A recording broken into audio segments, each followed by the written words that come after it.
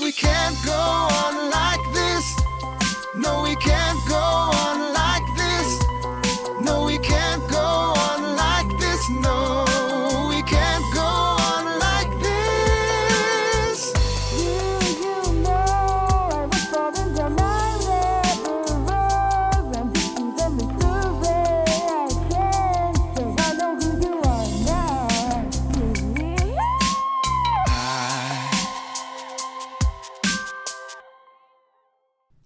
All right, how you doing today? Today we'll be taking a look at the Synthesizer V Pro, and I've been using it as a writing tool as well to write melodies and throw words in. And this is a really cool way to write if you don't have the songs, melodies, and stuff written already in the lyrics. That's what we're taking a look at today. So this is a track here that started out as a lo-fi kind of instrumental thing, and then I said, okay, well, I like this. Let's just throw some lyrics on here, or let's test out Studio S or Synthesizer V. We'll throw it on here, make some melodies. And I like to write with the plugin and then take it into the standalone app to do all the other stuff. And, because I'll show you that in a second. And let me know what your thoughts are too, what your experience is if you're using this software. But for writing here, it's really cool just to start putting your melodies in and adding some lyrics. So this one I just kind of made up, which I have been doing a lot with the Synthesizer V. I find it very easy to write this way because, just whatever reason, I don't know, just it's easy. So let's take a look at this. This was the track here that kind of developed after I added lyrics, but because I don't want to go all the way back when it was just a lo-fi kind of beat, but I changed it up to fit the song and everything as the song developed. But anyways, here we go. Here's the instrumental part.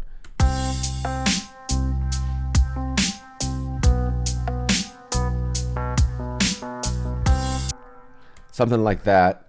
And then we have the plugin here, and I'm just running it through the Xbox Pro to add some juice to the vocals and everything. And then I just started putting in melodies, and then after the fact started putting in lyrics. And yeah, let's check this out. Can't go on like this. No, we can't go on like this. So that's just a little how I wrote the stuff in here. The plugin is actually off the track because I went into the studio standalone version and then redid the vocals and printed them as audio. But the thing about writing into the track here is, like, for example, here we got this blank bar here, 31, it's empty, and then we got the instrumental. It's just kind of cool to just start throwing some melodies in here, writing them in with the la thing. Now I'm in the key of C in this song, so we could just kind of go anywhere within the key of C. And you can play these in too. I'm just writing them in just for the sake of this tutorial. Now we just have our la la thing here. If we play that with the music. La la la la. La la la la. And then you just start coming up with lyrics, like, you don't something, you don't know me. I don't know. That's how I write with this. Just start typing in, not random things, but just things you would say to someone or whatever. You don't know me. You don't know me. Then you can start messing around with the notes, see what fits better. That one's a little off there. There we go. You don't know me. You don't know me.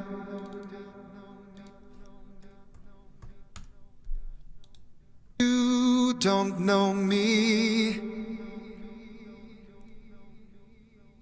Kind of gets lower. Now it's overlapping here. That's why it's.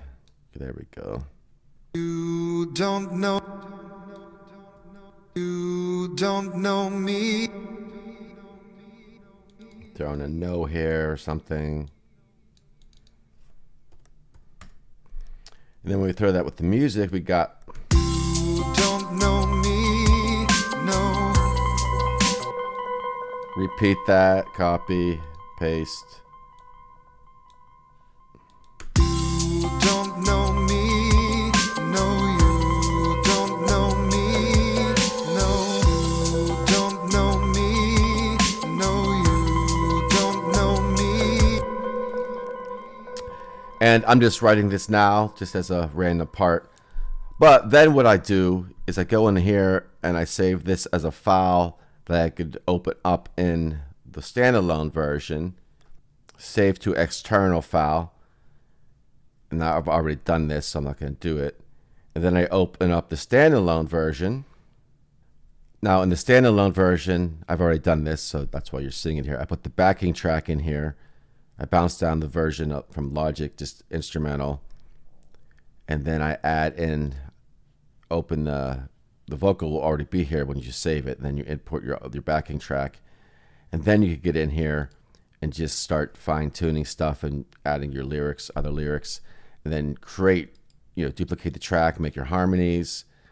I find it's best to come up with your lead vocal track first and get that all fine-tuned, and then start, make a duplicate of it and start making your harmonies from there.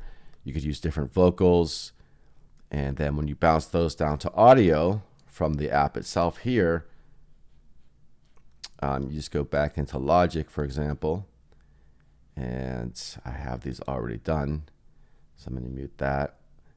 And here's all my vocal tracks. Now, I've added a lot to it. So we got the lead, and I got some harmonies. I didn't label these correctly yet. They just all say lead right here. Sometimes when I'm in the flow, I just start throwing stuff on and I, reorganize stuff later. I obviously haven't done that. But then you have, I got my backing vocals here, harmonies and stuff like that.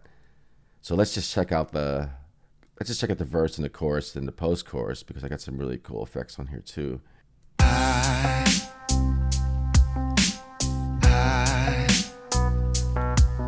I don't know where we are going.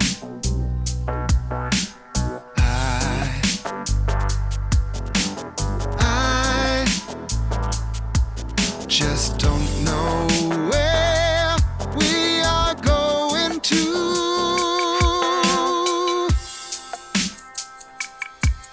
But we can't go on like this. No, we can't go on like this. No, we can't go on like this. No, we can't go on like this.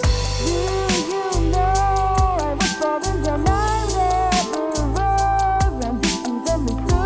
I can't say I know who you are now.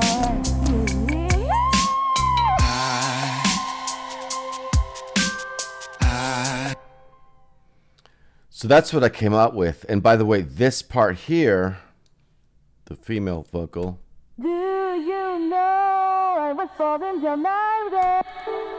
very affected, obviously. But that was a melody that I took from MIDI, because I had this MIDI part on the keys here that I just played in over top of the loop that I created originally. I think it's just half of it. I don't know. I forget what part it, because it's a whole loop.